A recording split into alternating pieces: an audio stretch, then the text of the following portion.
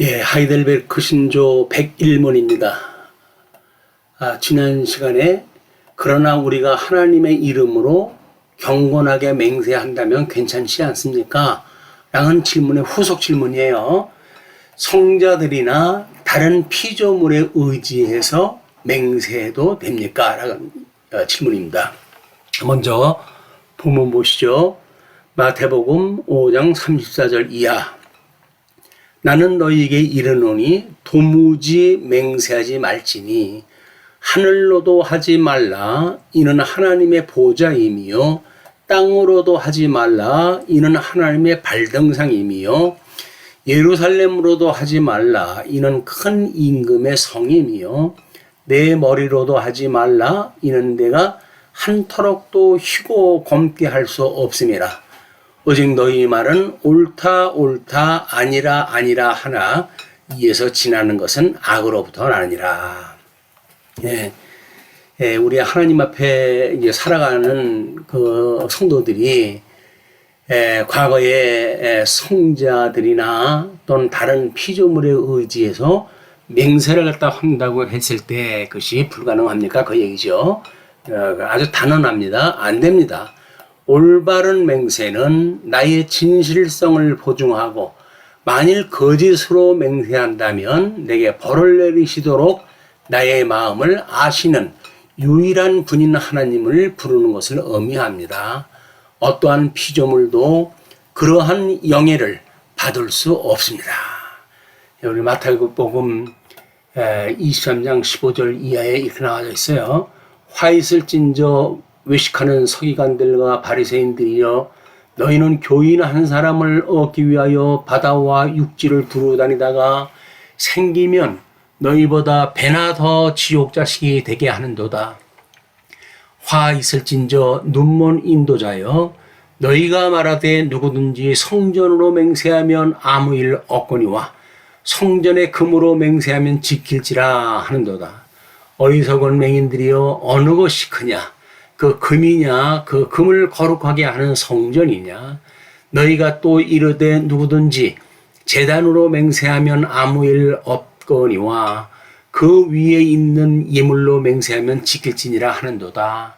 맹인들이여 어느 것이 크냐? 예물이냐 그 예물을 거룩하게 하는 제단이냐. 그러므로 제단으로 맹세하는 자는 제단과 그 위에 있는 모든 것으로 맹세하며 또 성전으로 맹세하는 자는 성전과 그 안에 계신 이로 맹세하며 또 하늘로 맹세하는 자는 하나님의 보좌와 그 위에 앉으신 이로 맹세함이니라. 아주 강한 어조로 지금 피조물을 의지해서 맹세했다 하면 안 된다. 그런 그 이야기를 합니다.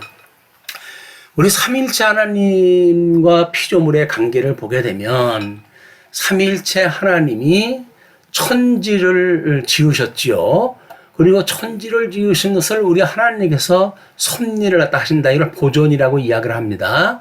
그래서 이거를 하나님께서 어떻게 만드신 세계를 또 보존을 갖다 하시는가에 대한 문제이기 때문에 우리는 피조되어져 있는 인간들이 아담의 불순종으로 인하여서 죄의 종으로 타고 있을 때 예수 그리스도를 보내주셔서 우리들로 하여금 한 부류는 창세전에 그리스도 안에서 예정된 자들, 선택된 자들은 생명에 이르는 길을 가게 하시고 또 거기에서 유기하기로 예정되어진 자들은 사망에 이르는 길로 가도록 이미 되어져 있어요. 하나님께서.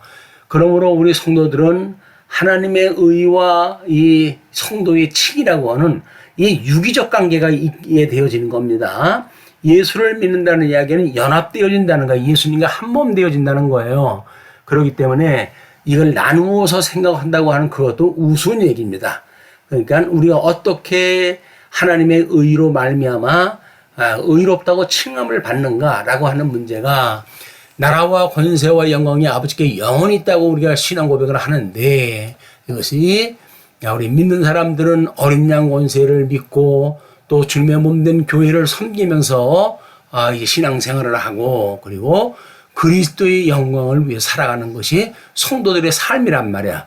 그러나 믿지 않는 자들은 용의 권세를 믿고 세속의 나라를 살아가면서 적그리스도의 신하로서 살아가게 되어지는 이 끔찍한 삶을 살게 되어질 거거든요.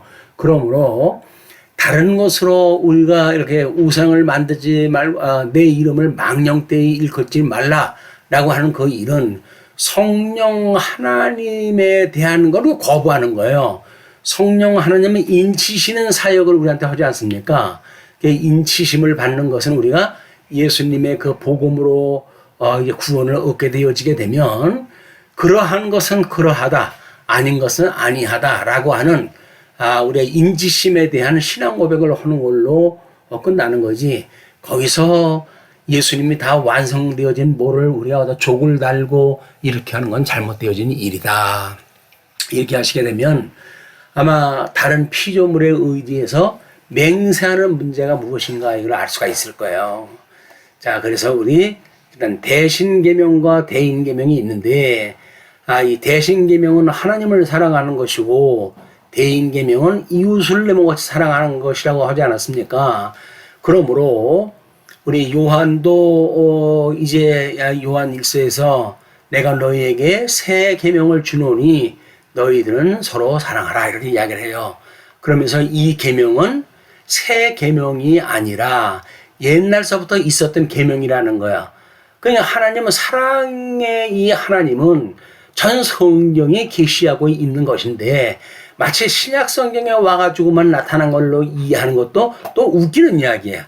그래서 성경을 우리가 모르게 되면 예표적으로 또는 언약 사역을 위해서 하셨던 그 내용을 성취되셨던 일, 신약 성경으로 이루어진 것을 우리가 뭐가 다르다고 이해를 하는 겁니다.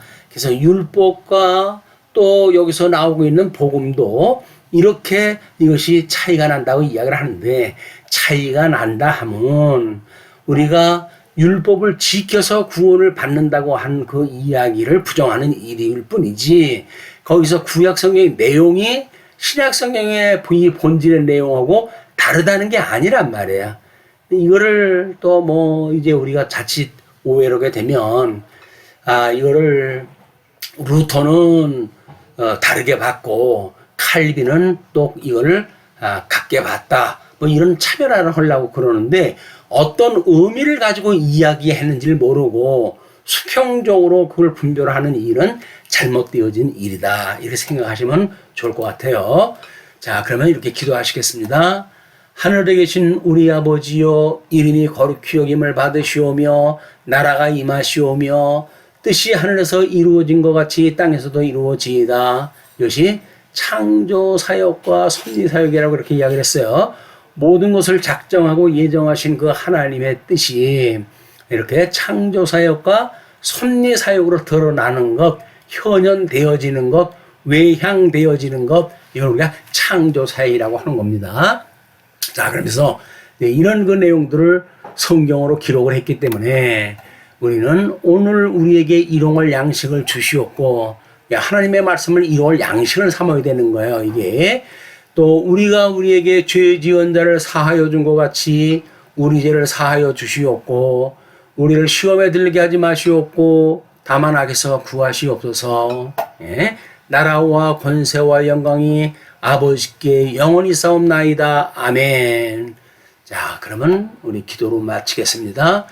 주 예수 그리스도의 은혜와 하나님의 사랑과 성령의 교통하심이 이 강론을 들은 모든 성도들과 함께 있을지어다. 아멘.